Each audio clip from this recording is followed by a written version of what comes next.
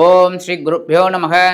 ஆன்மீகம் பிளஸ் நேயர்கள் அனைவருக்கும் ஜோதிட குருஜியின் இனிய வணக்கங்கள், வாழ்த்துக்கள், ஆசீர்வாதங்கள். பார்வதி பரமேஸ்வரால் துணையோடும் வள்ளி தேவசேனா சமேத எம்பெருமான் முருகப்பெருமானின் அருளாசியோடும் நவகிரகங்களின் நல்லாசியோடும் இந்த பதிவினை நாங்கள் ஆரம்பிக்கின்றோம்.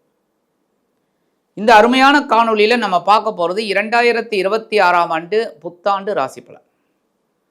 இந்த 2026ஆம் ஆண்டில் எந்தெந்த ராசிகளுக்கு நல்லபடியாக நடக்க போகிறது, எந்தெந்த ராசிக்காரர்கள் எச்சரிக்கையாக இருக்கணும் அப்படிங்கிறத பற்றிலாம் நம்ம இப்போ தெளிவாக பார்க்க போகிறோம். முக்கியமாக ஒரு 4 கிரகங்களோட சுழற்சிகள் தான் சொல்கிறது. குரு, சனி, ராகு, கேது. அந்த வகையில் பார்த்திங்கன்னா முக்கியமாக சுப கிரகம்னு கருதப்படக்கூடிய குரு பகவான் உங்களுக்கு வருட ஆரம்பத்தில் மிதுனத்தில் வக்ரகதியில் இருக்கார். அப்புறம் மார்ச் மாதம் அவர் வக்ர நிவர்த்தி ஆறார். அதுக்கப்புறம் பார்த்திங்கனாக்க ஜூன் மாதம் அவர் அப்படியே கடகராசிக்கு உச்சமடைகிறார். அதுக்கப்புறம் பார்த்திங்கன்னா அவரே அதிசாரமாக சிம்மராசிக்கு வர்றார் நவம்பர் மாதம். டிசம்பர் மாதம் அங்கேயே வக்ரம் ஆகிறார். அதுக்கடுத்தபடியாக ராகு கேது இந்த வருஷம் பார்த்திங்கன்னா ஃபுல்லாக அதே கும்பம் சிம்மத்தில் தான் இருக்காங்க. அவங்க டிசம்பர் மாதம்தான் மகரத்துக்கும் கடகத்துக்கும் வரப்போகிறாங்க. மகரத்தில் ராகுவும் கடகத்தில் கேதுவும் வரப்போகிறாங்க. சனி பகவான் திருக்கணித பஞ்சாங்கப்படி அதே இடத்துல தான் இருக்கார். அவர் எப்போ வக்ரம் ஆறார் அப்படின்னு பார்த்தீங்கன்னா ஜூலை மாதம் வக்ரம் ஆகிறார், டிசம்பரில் வக்ர நிவர்த்தி ஆகிறார். இதுதான் இந்த பிளானட்டரி பொசிஷன். அந்த வகையில் இந்த வருடம் பார்த்திங்கன்னா மழை அமோகமாக இருக்கும்.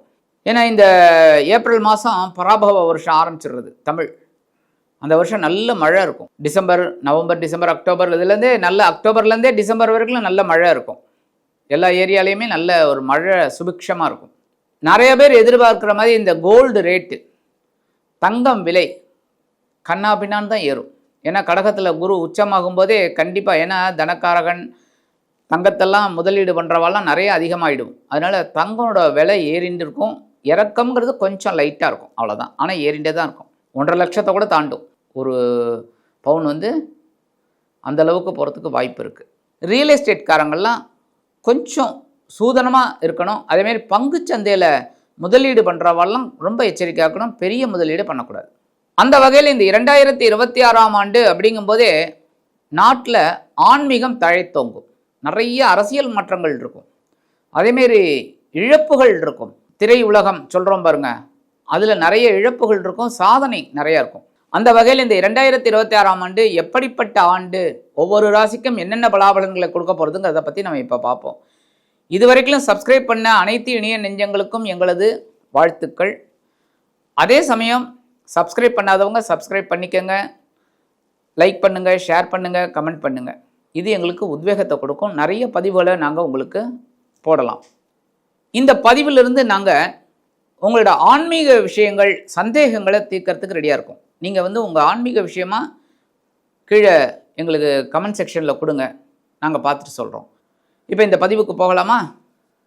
அன்பான கன்னி ராசி நேயர்களே, இந்த அருமையான காணொலியில் நம்ம பார்க்க போகிறது 2026ஆம் ஆண்டு ராசி பலன். இந்த 2026ஆம் ஆண்டு முழுசாக எப்படி இருக்க போகிறது உங்களை பொறுத்த வரைக்கும் பார்த்திங்கன்னா, ஃபஸ்ட்டு 6 மந்த்ஸ் கொஞ்சம் கவனமாக இருக்கணும், நிதானமாக இருக்கணும். ஆனால் சாதாரணமாக இந்த கன்னிராசி என்பவர்களுக்கு எல்லா வேலையும் முடியும். ஏன்னா எல்லா வேலையும் தெரியுங்கிறதுனால தான் எல்லா வேலையும் அவங்களே செஞ்சுருவாங்க. ஒரு எலக்ட்ரிஷியன் ஆகட்டும், கார்பெண்டர் ஆகட்டும், யாராவது அவன் வரலையா டக்குன்னு நீங்களே உட்காந்து எப்படி பண்ணணுமோ பண்ணிடுவீங்க. ஏன்னா உங்களோட ராசிநாதன் புத பகவான். அதனால் எந்த வேலையை எப்படி செய்யணும், என்ன ஏது எல்லாம் எப்படி வேலை வாங்கணும் எல்லாமே தெரியும். எவனை எந்த வேலை வாங்கினா ஈஸியாக இருக்கும் அப்படின்னு உங்களுக்கு அந்த நுணுக்கம் தெரியும். அந்த வகையில் முதல் 6 மாதங்கள் கொஞ்சம் கவனமாக இருக்கணும். அடுத்து வரக்கூடிய 6 மாதங்கள் உங்களுக்கு அருமையான சூப்பராக இருக்கும். ஏன்னா அந்த குரு பகவான் பார்த்தீங்கன்னா ஆரம்பத்தில் உங்களோட ஜீவனஸ்தானத்தில் இருக்கார். அதுக்கப்புறம் வக்ர நிவர்த்தி ஆறார். அதுக்கப்புறம் ஜூனுக்கு மேலே அதி அற்புதமாக உங்களோட 11ஆம் இடத்துக்கு வர்றார். அதுவும் உச்சம். சூப்பர். தனக்காரகன் 11ஆம் இடத்துல உச்சம் அடைகிறது ரொம்ப விசேஷம். பொருளாதாரத்தை அப்படியே உங்களை திக்குமுக்காட வச்சுருவார். அதுக்கடுத்து பார்த்திங்கன்னா உங்களோட விரயஸ்தானத்துக்கு வர்றார். அப்போ அந்த செலவுகள்லாம் கொஞ்சம் அதிகமாகும்.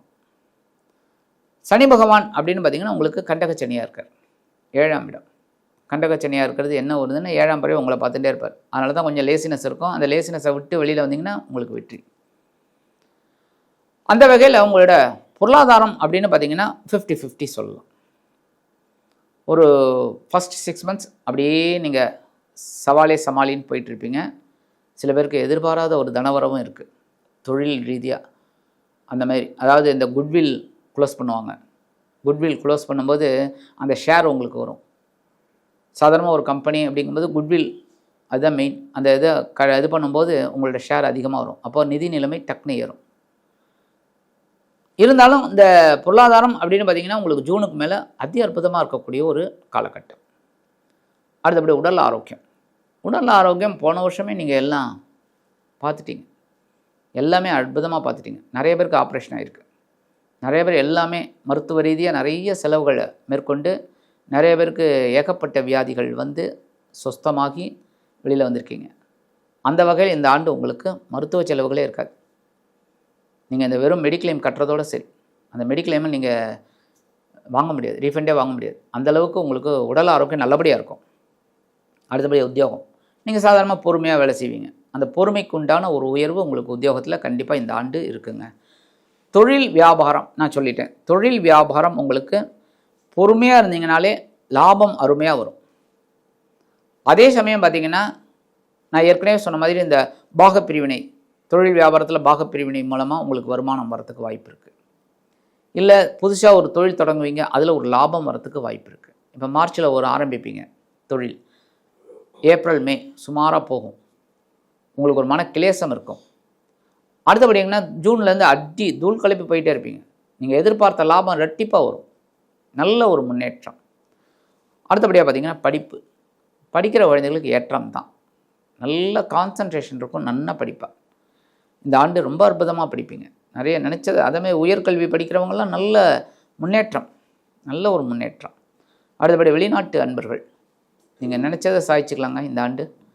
நீங்கள் சப்போஸ் அவங்கவுங்க சொந்த நாட்டுக்கு வரணும் அப்படின்னு நினச்சிங்கன்னா டக்குன்னு, சில பேர் வந்து நல்லா சம்பாதிச்சுட்டு சொந்த நாட்டுக்கு போய் ஏதாவது ஒரு தொழில் பண்ணி அதில் போய்க்கலான்னு நினைப்பீங்க. கண்டிப்பாக ஒரு முன்னேற்றம் கிடைக்கும். யார்? வெளிநாட்டில் வசிக்கிற அன்பர்களுக்கு. அடுத்தபடியாக சுபகாரியங்கள். சுபகாரியங்கள் சூப்பர், நல்லபடியாக நடக்கக்கூடிய ஒரு ஆண்டு. நல்ல ஒரு திருமணமாகாத குழந்தைகளுக்கு நல்ல திருமண யோகம் உண்டாகும், நல்ல ஒரு இது. அடுத்தபடியாக அரசியல்வாதிகள். அரசியல்வாதிகளுக்கு கண்டிப்பாக பதவி கிடைக்கும். இந்த கன்னிராசி அரசியல்வாதிகளுக்கு இந்த ஆண்டு வந்து பதவி கிடைக்கக்கூடிய ஒரு ஆண்டு அப்படின்னே சொல்லலாம். ஏதாவது ஒரு பதவி பொறுப்பு கண்டிப்பாக கிடைக்கும். கணவன் மனைவி உறவு, கன்னிராசி அன்பர்கள் எப்போவுமே வந்து கொடுத்து வைத்தவர்கள். கொஞ்சம் இல்லற வாழ்க்கை அப்படிங்கும்போது உங்களுக்கு ஒரு ப்ளஸ் மைனஸ் இருக்கும், பட் அண்டர்ஸ்டாண்டிங் இருக்கும், விட்டு கொடுத்து போயிடுவீங்க. அப்படிப்பட்ட சூழலில் குடும்பம் நல்லபடியாக இருக்கும். குழந்தைகளின் மூலமாக ஒரு குடும்பத்தில் சந்தோஷம் எல்லாமே இருக்கும். அதனால் இந்த கன்னிராசி அன்பர்களுக்கு இல்லறம் நல்லறமாக இல்லை என்றாலும் ஓரளவுக்கு துறவரம் மேற்கொள்ள மாட்டீர்கள், நல்ல சந்தோஷமாக இருப்பீங்க. அடுத்தபடியாக கலைத்துறை நண்பர்கள். கன்னிராசியில் நிறைய பேர் இருப்பீங்க, அந்த எழுத்து துறையில் நிறைய பேர் இருப்பீங்க. இன்னும் அரசியல் வந்து அது என்ன அது பாடலாசிரியர்கள் அவங்க இவங்களுக்கெல்லாம் அற்புதமான ஒரு ஆண்டு, நல்ல ஒரு முன்னேற்றம் தரக்கூடிய ஒரு ஆண்டு, நல்லா அச்சீவ் பண்ணுவாங்க. ரியல் எஸ்டேட் ஜூனுக்கு பிறகு வச்சுக்கோங்க. ஏதாவது இன்வெஸ்ட்மெண்ட் பண்ணணும் அப்படின்னா ஜூனுக்கு பிறகு வச்சுக்கோங்க, இப்போ வேண்டாம். அதேமாதிரி ஜாயிண்ட் வெஞ்சர் இருந்தாலும் சைன் பண்ணுங்கள், ஆனால் நடக்கிறதெல்லாம் வந்து ஜூனுக்கு மேலே அற்புதமாக நடக்கும். அடுத்தபடியாக பங்குச்சந்தை இன்வெஸ்ட்மெண்ட் பண்ணுறது யோசித்து பண்ணுங்கள். ஆக்சுவலாக என்ன கேட்டிங்கன்னா நோ இன்வெஸ்ட்மெண்ட் அப்படின்னு தான் சொல்லுவேன், பண்ண வேண்டாம் தான் சொல்லுவேன். ஆனால் பண்ணணும் அப்படின்னா கரெக்டாக பிளான் பண்ணி பண்ணுங்கள். சரி, இப்போ மாத வாரியாக ஜனவரி மாதம் உங்களோட பொருளாதாரம் நல்லபடியாக இருக்கும், நிதி நிலைமை. பிப்ரவரி மாதம் உங்களோட முயற்சிகளின் மூலமாக முன்னேற்றம் அடையக்கூடிய ஒரு மாதம். மார்ச் தாய் வழி உறவினர்கள், மாமன்மார்கள், மைத்துனன்மார்கள் இவங்க மூலமாக ஒரு சில நன்மைகள் உங்களுக்கு கிடைக்கும். மே மாதம் அழகாக ஒரு இன்ப சுற்றுலா போவீங்க, இல்லை அப்படின்னா ஒரு ஆன்மீக சுற்றுலா கண்டிப்பாக போவீங்க, ஒரு திட்டம் போட்டு போவீங்க. அடுத்தபடியாக ஜூன் மாதம் உங்களோட உடல் ஆரோக்கியம் நல்லபடியாக இருக்கும், நல்ல ஒரு முன்னேற்றம். ஜூலை மாதம் பாக்கியம் நிறைந்த ஒரு மாதம், அதாவது அனுபவிக்க வேண்டிய ஒரு மாதம், சூப்பராக இருக்கும். உங்களோட எல்லா விஷயமுமே ப்ளஸில் போயிட்டே இருக்கிறனால உங்களுக்கு சந்தோஷமும் ப்ளஸில் போயிட்டே இருக்கும். அப்போ உடல் ஆரோக்கியம் நல்லபடியாக இருக்கும், சந்தோஷமாக இருப்பீங்க, பாக்கியத்தை அனுபவிக்கக்கூடிய ஒரு மாதம். அடுத்தபடி ஆகஸ்ட் மாதம் உத்தியோகத்தில் இருக்கிறவர்களுக்கெல்லாம் ஒரு ஏற்றம் கண்டிப்பாக கிடைக்கும். அடுத்தபடியாக செப்டம்பர் மாதம் சூப்பர், நல்லபடியான ஒரு முன்னேற்றம், எல்லாத்துலேயுமே உங்களுக்கு வெற்றி கிடைக்கும். அக்டோபர் மாதம் இந்த செப்டம்பர் மாதம் எல்லாமே நீங்கள் சக்ஸஸாக இருந்தனால அக்டோபர் மாதம் உங்களோட நிதி நிலைமை சூப்பராக இருக்கும், ஏற்றமாக இருக்கும். நவம்பர் மாதம் நீங்கள் எதிர்பார்த்த அந்த இடமாற்றமெல்லாம் கிடைக்கும். வேறு ஊருக்கு ட்ரான்ஸ்ஃபர் வாங்கிட்டு போகிறது, வீட்டை மாற்றுறது, இந்த மாதிரிலாம் சக்ஸஸாக நடக்கும். அடுத்தபடி டிசம்பர் மாதம் ஆரோக்கியத்தில் கொஞ்சம் கவனமாக இருங்கோ. சரியா? ஆரோக்கியத்தில் கொஞ்சம் கவனமாக இருக்கிறது நல்லது. உடம்பு கவனிச்சுக்கணும். மற்றபடி நட்சத்திர வாரி அப்படின்னு பார்க்கும்போது உத்திர நட்சத்திரத்தில் பிறந்தவர்கள் சூப்பராக அனுபவிக்க வேண்டிய ஒரு ஆண்டு. அவங்களுக்கெல்லாம் சூரிய பகவானை வழிபாடு பண்ணுங்க. உடல் ஆரோக்கியம் நல்ல தெம்பாக இருக்கும். என்ன இந்த கரளைக்கட்டாம்பாங்க பாருங்கள், அந்த மாதிரி கரலாக்கட்டை, அதுதான் கரளைக்கட்டாம்பாங்க தமிழில், கரலாக்கட்டை அந்த மாதிரி இருக்கும். உடம்பு ஆரோக்கியமாக இருக்கும். ஹஸ்தம், இந்த ஹஸ்தம் நட்சத்திரத்தில் இருந்தவா கொஞ்சம் உடம்பை கவனிச்சுக்கங்க, பொறுமையாக செய்யுங்க.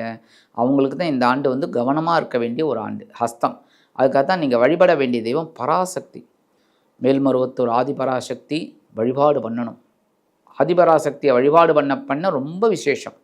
அடுத்தபடியாக சித்திரை நட்சத்திரத்தில் பிறந்தவர்கள் சூப்பராக அனுபவிக்க வேண்டிய ஒரு ஆண்டு, நல்ல ஒரு முன்னேற்றம். அதனால நீங்கள் வழிபட வேண்டிய தெய்வம் எம்பெருமான் முருகப்பெருமான். முருகப்பெருமானை தனியாக வழிபாடு பண்ணுறதை விட வள்ளி தேவசேனா சமேத முருகப்பெருமானை வழிபாடு பண்ணுங்க, எல்லாம் சக்ஸஸ் ஆகும். உங்களுக்கு நினச்ச காரியங்கள்லாம் சாதிச்சுக்கலாம். இந்த சித்திரை நட்சத்திரத்தில் வந்தவங்களுக்கு ஏற்றம் மிகுந்த ஆண்டுன்னே சொல்லலாம். ஆக மொத்தத்தில் நீங்கள் வழிபட வேண்டிய தெய்வம் பெருமாள். இந்த கன்னிராசி என்பர்கள் வழிபட வேண்டிய தெய்வம் பெருமாள். பெருமாளை வழிபாடு பண்ணுங்க. பெருமாள் கோயிலுக்கு போயிட்டு வாங்க, அடிக்கடி போங்க. இந்த புதன்கிழமை போகிறது, வியாழக்கிழமை போகிறதுங்கிறதுல உங்களால் எப்பப்பெல்லாம் யதாசக்தி எப்பப்பெல்லாம் முடிகிறதோ போயிட்டு வாங்க. பெருமாளை வழிபாடு பண்ணுறது ரொம்ப விசேஷம். ஆக இந்த பெருமாளை வழிபாடு பண்ணுறதுனாலே இந்த 2026ஆம் ஆண்டு உங்களுக்கு மிக அற்புதமான ஒரு ஆண்டாக கண்டிப்பாக அமையும் என்று கூறி விடைபெறுகிறேன். நன்றி, வணக்கம். மீண்டும் ஒரு அருமையான காணொலியில் உங்களை சந்திக்கிறேன். வாழ்த்துக்கள். வாழ்க வளமுடன்.